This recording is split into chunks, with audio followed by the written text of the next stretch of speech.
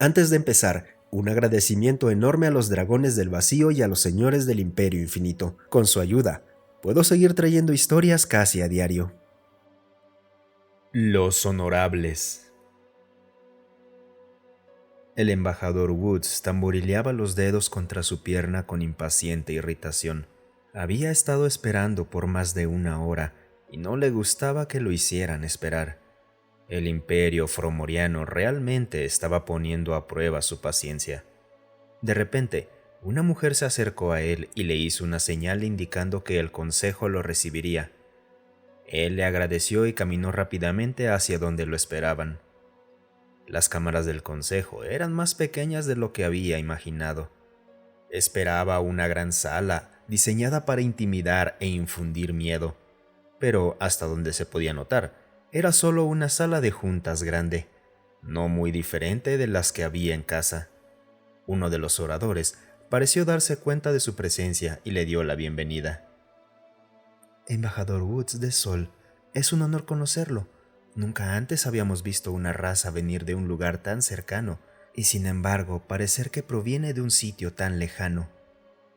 La consejera Muluksha era la única herbívora del consejo.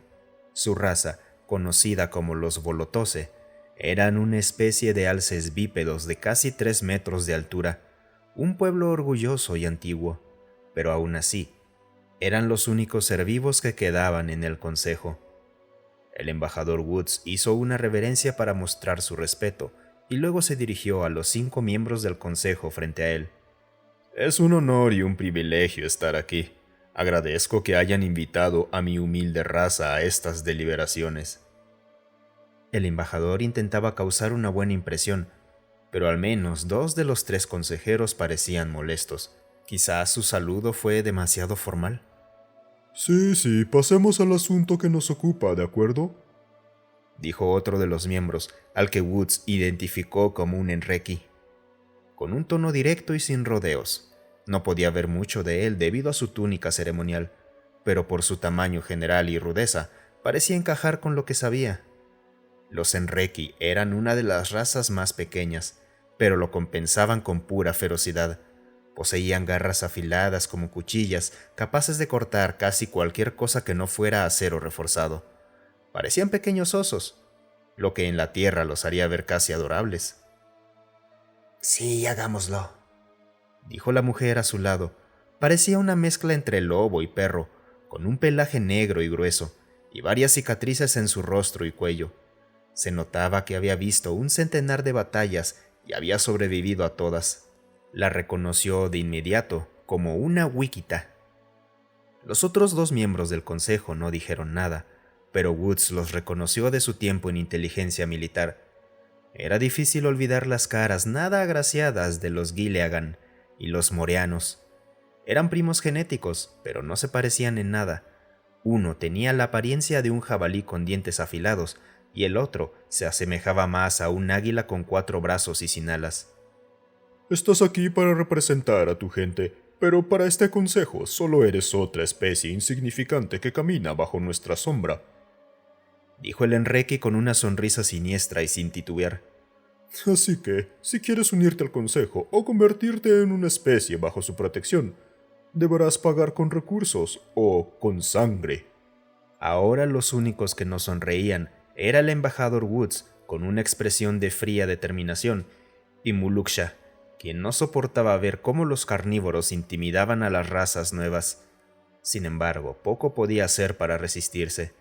Su raza había estado en el consejo desde el principio, pero poco después de conocer a los Wikita y a los Enreki, el consejo se había inclinado cada vez más hacia los carnívoros, y ellos pretendían mantenerlo así. Woods esperaba que el consejo fuera mejor de lo que había observado antes, pero sus esperanzas se vieron aplastadas, aunque no del todo. Si me lo permiten, miembros del consejo, tengo una oferta alternativa, dijo con un tono firme y seguro que silenció la sala. Ah, sí. ¿Y cuál sería, pequeño? Preguntó el Gileagan. Les ofrezco la oportunidad de conocernos mejor, antes de obligarnos a elegir entre estas 2 opciones ridículas. Les extiendo una invitación personal a cada uno de ustedes para que visiten Sol. Estamos a punto de finalizar la producción de nuestra primera nave de clase Titán, y sería un honor que asistieran a la ceremonia. Woods sabía que ninguna de las razas ante él tenía idea de lo que era un titán, por lo que, en todos los sentidos, estaban a punto de llevarse una sorpresa. Los carnívoros del consejo murmuraron entre ellos. Después de unos momentos, llegaron a una decisión. Aceptamos esta propuesta, pero no vemos cómo una raza tan nueva en el espacio puede ofrecernos algo interesante, más allá de materiales de sus naves, dijo la consejera Wikita ante la contraoferta. El resto de los miembros, incluso Muluksha, compartían su desconcierto, pero no veían razón para rechazar la invitación. Por primera vez desde que comenzó la reunión, ahora era el embajador Woods quien tenía una sonrisa siniestra en el rostro. Estoy seguro de que encontrarán el viaje muy interesante, consejeros, y sin duda será una experiencia inolvidable. Bien, haremos los preparativos y nos reuniremos en las coordenadas de su mundo natal. Esta sesión ha terminado. Los miembros del consejo se levantaron y se dirigieron a sus respectivos alojamientos para comenzar sus preparativos, aunque no precisamente los que el embajador Woods esperaba. Un mes después. Las naves comenzaron a llegar. Cada consejero optó por traer su propia nave en lugar de compartir una. Los Enreki y los Wikita trajeron sus naves de guerra más grandes para intimidar, mientras que los Gileagan y los Moreanos eligieron naves más pequeñas, pero mucho más rápidas y maniobrables. Cada una estaba equipada con suficientes láseres de alta potencia como para derretir la Torre Eiffel 5 veces seguidas en un instante. En comparación, la nave Volotose parecía un juguete, casi no tenía armas visibles y era la mitad del tamaño de las más pequeñas, aunque su diseño indicaba que estaba hecha para resistir impactos y huir rápidamente en lugar de causar daño.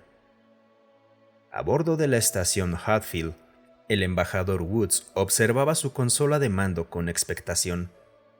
Había tomado casi un mes, pero finalmente todos estaban ahí, listos para el espectáculo. Tocó algunos botones y las pantallas mostraron a cada uno de los consejeros al mismo tiempo. Bienvenidos a Sol, también conocido como la Tierra. Es un placer volver a verlos. Espero que su viaje no haya sido demasiado incómodo. Sí, no perdamos tiempo, embajador. ¿Dónde está esta supuesta nave que querías mostrarnos?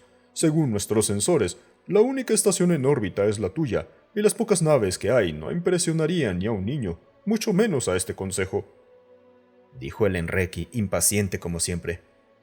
Oh, mis disculpas, consejero. Estamos esperando la llegada del Tom Kenny. Parece que están tardando más de lo esperado, respondió el embajador humano, ocultando una sonrisa. Disfrutaba hacerlos esperar, incluso si sabía que tramaban algo. Bien, pero que quede claro, no nos gusta esperar. Todos los consejeros cortaron la transmisión, excepto Muluksha. Woods notó que quería decirle algo, pero se contuvo. Espero ver con ansia su nave, embajador, fue lo único que dijo antes de desconectarse. Un pensamiento cruzó la mente del embajador Woods. Quiere advertirnos, tendremos que tomar eso en cuenta. Una hora después, los Enreki perdieron la paciencia y ordenaron a sus naves acercarse a la Tierra. Los demás lo siguieron. Miembros del Consejo, veo que están reduciendo la distancia entre ustedes y el Sistema Sol. ¿Puedo preguntar por qué? Woods sabía perfectamente la razón, pero solo quería una razón para molestarlos un poco más. Sin siquiera responder, en cuanto la nave Enreki cerró suficiente la distancia, otras 2 naves salieron del superlumínico justo detrás del resto, luego otra y otra, hasta que una pequeña flota de guerra avanzaba hacia la Tierra. Esta vez estaba compuesta por las 5 originales más otras 8. Esta vez Woods llamó a los Wikita, repitiendo la misma pregunta. Embajadora, ¿puedo preguntar qué significa esto? Parece que tienen una pequeña flota de invasión en camino hacia la Tierra. Su calma debería haber sido una advertencia. Habían llevado a cabo ataques similares en otros mundos, contra otras razas, pero ninguna había permanecido tan serena durante el asalto. Es simple. Ustedes son débiles. Nosotros somos fuertes. Tomaremos a su raza como esclavos y sus recursos para enriquecer a los nuestros. Y no hay nada que su patética especie pueda hacer para detenernos. Con esas palabras, ordenó a su tripulación abrir fuego contra la estación espacial Hatfield, pero justo antes de que los disparos de láser cargados alcanzaran la estación, impactaron contra otra cosa. El almirante Rimmer había estado esperando en el Tom Kenny el momento exacto para hacer su aparición, y las fuerzas hostiles atacando la Tierra parecían la oportunidad perfecta. Ordenó a su nave de clase Titán interponerse entre la Hatfield y las fuerzas alienígenas. Cuando sus láseres lo impactaron en lugar de a la estación, dio la orden de desactivar el camuflaje y activar todas las baterías de armas, enfocándose primero en la nave líder. Los Enreki no tuvieron oportunidad. 4 disparos de cañón de riel impactaron en el centro de la nave, atravesando los escudos y el casco como un cuchillo caliente en mantequilla. Fue todo un espectáculo. Las naves de clase Titán son enormes, aproximadamente 5 kilómetros de largo, con suficiente potencia de fuego como para destruir un planeta 5 veces y con suficiente blindaje y escudos avanzados como para soportar un daño similar. Eran absolutas bestias con 4 cañones de riel montados en el casco. Pero lo que las razas del Consejo no sabían era que no eran nuevas, ni eran las únicas que la humanidad tenía a su disposición. Tras perder a su miembro del Consejo en el vacío del espacio, las fuerzas Enreki parecieron desacelerar considerablemente. No parecen lidiar bien con la pérdida de liderazgo, algo que debo recordar para el futuro, pensó el almirante. Había estado tomando notas personales sobre las fuerzas enemigas desde antes que la batalla comenzara, y al menos por el momento, creía haberlas entendido. Se enfocaban en la fuerza. Cuanto más fuerte eras, más te temían o respetaban. Su intención era hacer que se sintieran ambas cosas. Ingresó órdenes en su consola y observó cómo otras 3 naves de clase Titán aparecían de la nada, rodeando la flota enemiga como tiburones oliendo sangre en el agua. Las naves restantes comenzaron a disparar contra los titanes, pero fue un esfuerzo inútil. Cada uno de los 4 cañones de riel seleccionó un objetivo y simplemente lo hizo desaparecer.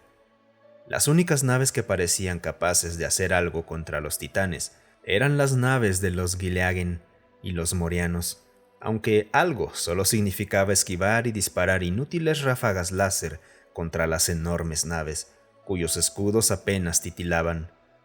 Bastó un solo impacto contra cada una, y sus naves se rompieron como un huevo en el concreto. Cuando la tercera nave del Consejo quedó en silencio, solo quedaban los Vorotose y los Wichita.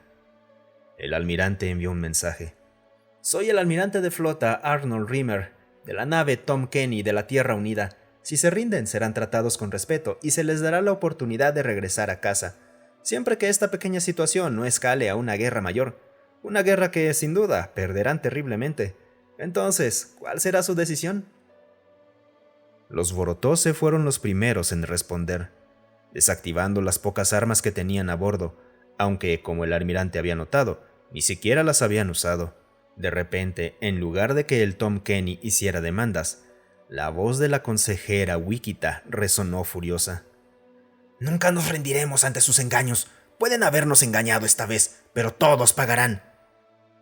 Casi sonaba derrotada en su grito, como si en el fondo supiera que estaba equivocada y que era su raza, junto con las demás, la que pagaría el precio por intentar intimidar a cada nueva especie con la que se encontraban.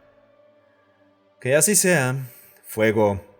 El almirante observó cómo las 4 naves disparaban un solo tiro con sus cañones de riel montados en el casco. La nave Wichita simplemente dejó de existir, dejando únicamente restos flotando en el espacio y los cuerpos de la tripulación esparcidos por la inmensidad. Atención, nave Vorotose, están a punto de ser abordados. Los hombres que irán a tomar su nave y su tripulación como prisioneros están increíblemente bien entrenados y usan armamento cinético. Así que, por su bien, no resistan. Mis hombres tienen órdenes de ser gentiles y llevarse la tripulación y a la nave en una sola pieza. Sin que se lo pidieran, Muluksha respondió de inmediato. Almirante, usted y sus hombres son más que bienvenidos. Cualquier raza que demuestre el honor que han demostrado hoy es amiga de los Vorotose. Muluksha no podía creer lo que veía.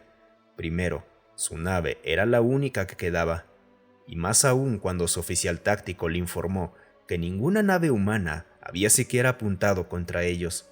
En la cultura Vorotose, el verdadero honor residía en saber cuándo matar y cuándo no hacerlo, y los humanos parecían demostrar esa cualidad con una precisión casi quirúrgica, eliminando solo a las naves que les dispararon. Agradeció a las estrellas haber dado la orden de no abrir fuego. Días después, el embajador humano estaba sentado en una gran sala con 2 sillas, una para él y otra para su invitada de honor. La patrulla de abordaje había sido bien recibida con vítores, más que con resistencia. Los Vorotose a borde no dudaron en mostrar su desprecio por las otras razas del Consejo y su alegría ante la eficiencia de la humanidad para enfrentarlas. Muluksha había sido transportada en una lanzadera directamente a la Hatfield, donde el embajador Woods esperaba pacientemente. Poco después de su llegada, Muluksha fue escoltada a la sala, donde Woods la esperaba. Estaba ansioso por el futuro. Muchas gracias por escucharme. Si te gustó el video, considera darle un me gusta y dejar un comentario para alimentar al algoritmo.